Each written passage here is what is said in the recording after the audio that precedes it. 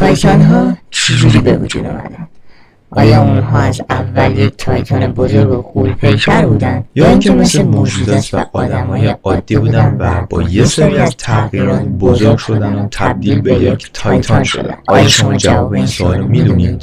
امروز اومدیم با هم دیگه همونطور که میدونید ببینیم که تایتان ها چجوری درست شدن. تایتان کامراها رو دیدیم که توی ویدیو قبلی چجوری درست شد و چه اتفاقی براش پیش اومد که تبدیل به یک تایتان شد. اگه ویدیوشو ندیدید میذارم براتون که برید ببینیدش. و امروز قراره با هم دیگه تایتان اسپیکر رو ببینیم که چجوری به وجود اومد و آیا از اول تایتان بود یا نه، و قراره آپگرید کامرامن هم با هم دیگه ببینیم که توی قسمت‌های اخیر اسکیبیدی توالت با هم دیگه دیدیم که خیلی آپگرید شده و چیزای جدیدی بهش اضافه شده. قرار با هم دیگه تمامی اینا رو ببینیم که چجوری به وجود اومدن، چجوری تولید شدن و چه کارهایی روشون صورت گرفته. اول با هم دیگه از تایتان اسپیکر شروع می‌کنیم. Something terrible happened in the town of Green Falls. This small town Green became Falls a اسم battleground for the شهرشونه. cameraman battles with the merciless Skibidi toilets. اینم اگه نمیدونی تمام ویدیوهایی که از اسکیبیدی توالت ها میاد بیرون رو این کامرامن ها توی دوربین های خودشون ضبط میکنن. After it was over, everybody lived in fear and panic. Everyone who came out at night in this town was missing. همه انسانایی که تو شهر بودن گم شدن و خب معلومه که اونا رو دزدیدن و بردن. توالت های اسکیبیدی اونا رو دزدیدن و بردن. مردم رو میدزدن و همشون رو میخورن. یه آدم به نام داریم توی جاده های گرین فال. اوکی؟ As he arrived in town, his car suddenly broke down in the middle of a creepy street. ماشینش هم خراب شد و وایساد و فکر کنم که تایتان اسپیکر برمیگرده به داریم. There was a creepy man standing in front of him. He told Daryl a terrible story. During the last attack on the city, because the cameramen didn't have enough strength, they lost. اینه میگم اسکیبیدی توالت ها ترسناکن، شما میگید نه. چیز بامزه ایه. کجاش این بامزه است؟ He lost everything he cared about and fell into despair. He decided to take revenge. انتقام. A distraught man decided to create an invincible weapon that could deal with the Skibidi toilets. پس این گرفت اسپیکر تایتان رو بساز. اما چجوری؟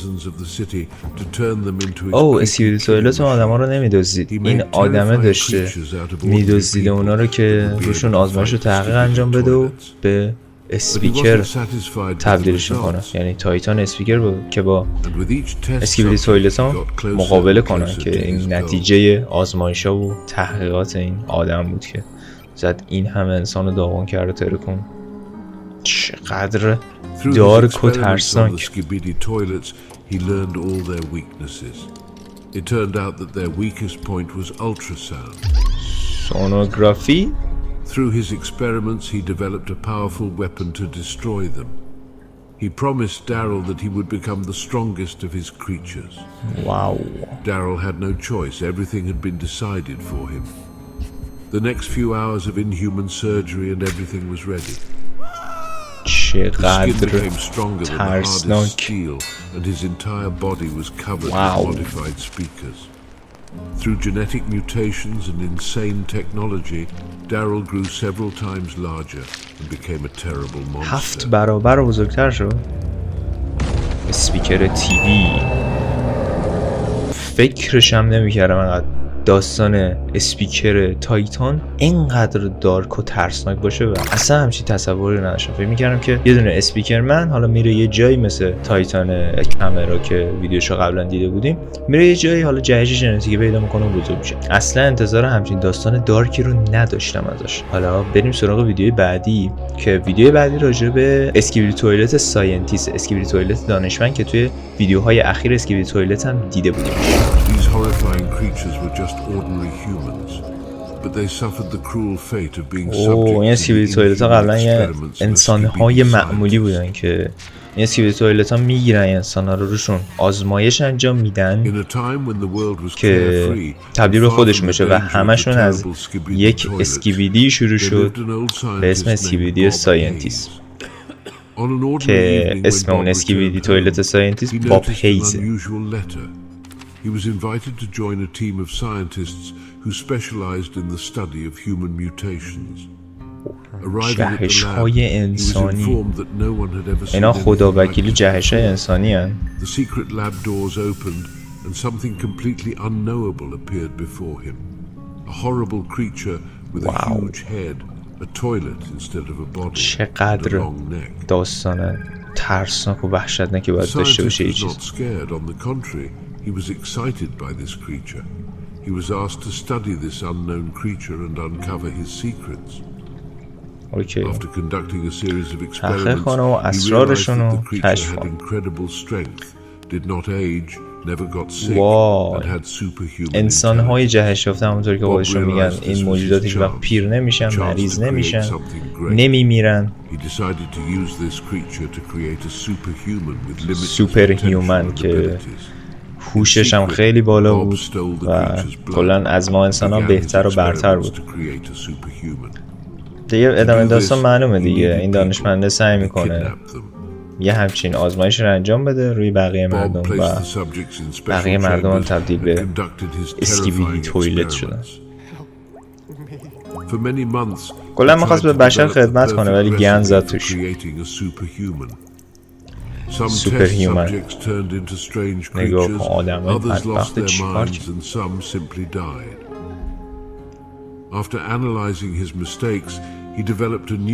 خیلی انسان‌ها رو مریض کرد، خیلی ها رو بیمار کرد، خیلی ها رو دیوونه کرد، خیلی ها رو به موجودات دیگه تبدیل کرد و خیلی هاشون هم کشت.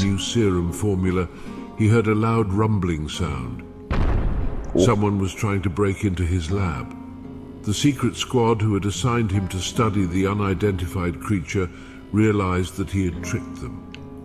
Holding a syringe of experimental serum, he had to decide between giving up or testing his invention. یه سرم جدید اختراع کرده بود که می‌خواست بره اونو به یکی از قربانی‌های خودش بزنه، ولی یه صدای بلند شنید و مامورا ریختن توی حال آزمایشگاهش یا خونش. بعد اون مامورا رو دید، سرمو زد تو خودش، جهشش هم شروع شد و تبدیل به اسکیبیدی توالت ساینتیست شد.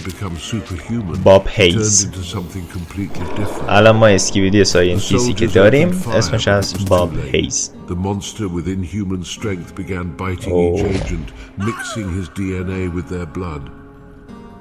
In an instant, each bitten agent began to transform into something terrifying. Their bodies began to shrink. All of their bones turned into bone toilets and creepy necks. یعنی گازشون میگیره اونام تبدیل به خودش میشن. این داستان این زامبی ها. Bob realized that he was آره the new دیگه. super race of اسکیبیدی توالت ها رو میبینی که جلوی Now it's his duty to turn all humans on this planet هایز وایستادن into و Skibidi toilets. قراره جهان رو بتره کنن. واقعا تک تک این داستانا پشت سرش یه چیز خیلی دارک و ترسناکی داره. حالا ویدیوی بعدی که میخوام بهتون نشون بدم ویدیویی که راجع به جهش تکنولوژی کامرای تایتانه که چیکار کردن، چه چیزایی بهش اضافه شد و چی جوری توی قسمت آخر یعنی 64 که با هم دیگه دیدیم این همه تکنولوژی بهش اضافه شد و تونست این همه قدرتمندتر و قوی‌تر بشه. Every day hundreds of cameramen fell victim to the Skibidi toilets. واقعا کامرامن‌ها بدبخت ترین قشر این موجوداتن. فقط دارن میمیرن. تیوی من‌ها زیاد نیستن. اسپیکر منم زیاد نیست. فقط این کامرامن‌ها دارن میمیرن و میترکن. یعنی یه دونه میزنن به این بدبخت و اینا میمیرن. الان اینی هم که داشت فیلم برداری میکرد کامرامن بود. البته این کامرامن‌ها باید باشن دیگه چون فیلم برداری میکنن اون قسمتی که داره این اتفاق میفته. خب این کامرامن‌های ساینتیست یا همون دانشمند تصمیم گرفتن یه سلاحی بیارن که بتونه اسکیبیدی توالت ها رو نابود کنه. The scientists immediately decided to test their invention and inject it into a cameraman test subject. Okay. For a long time, nothing. تصمیم گرفتن که به یه But later, کامرامن دیگه.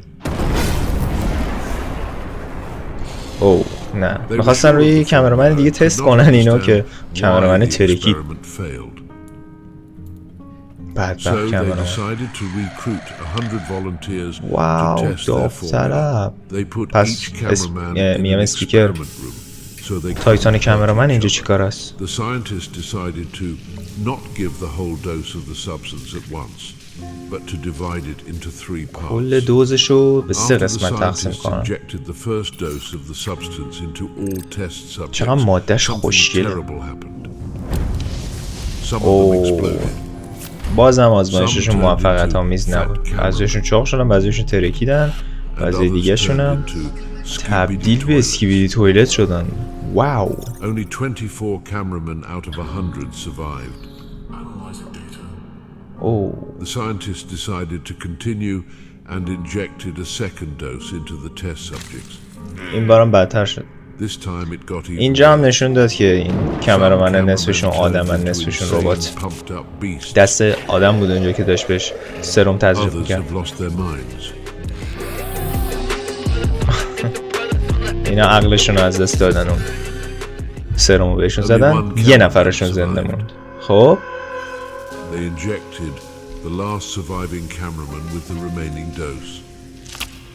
After a moment, he began to glow a bright blue light.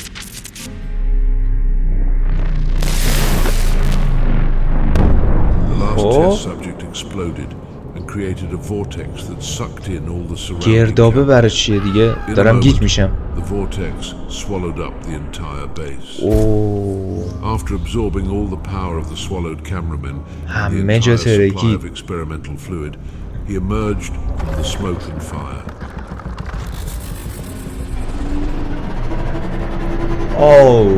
گرفتم چی شد، فهمیدم چی شد. توی اون پایگاهی که داشتن آزمایش‌ها رو انجام میدادن، حالا همونطور که دیدید صدها داوطلب آوردن که این سرمو بهشون تزریق کنن، که همشون هم موفقیت آمیز نبود. یکی چاق شد، یکی ترکید، یکی تبدیل به اسکیبیدی توالت شد و آخرین کامرامنی که زنده موند آخرین دوزو بهش تزریق کردن. اون کامرامن ترکید هیچ، یه پورتال خیلی بزرگ رو باز کرد که کل اون آزمایشگاه رو مکید داخل خودش و توی این پایگاه به این بزرگی فقط یه نفرشون زنده موند که همونم تایتان کامرامن بود که با تشکیل این پورتال بزرگ تونست اون همه تکنولوژی و سلاح و دور خودش بیاره و جمع کنه و واقعا یه داستان خیلی جالب و باحال رو برای ما بیان کرد در مورد ارتقا و آپگرید این کامرای تایتان. تو این ویدیو فهمیدیم که اسکیبیدی توالت ساینتیست چجوری به وجود اومد، تایتان اسپیکرها چجوری به وجود اومدن و آپگرید و تکنولوژی پیدا کردن کامرای تایتان. مرسی که تا اینجا ویدیو رو تماشا کردید. 2 تا ویدیو پیشنهادی هم براتون میذارم اینجا. مواظب خودتون باشید و خدا نگهدار.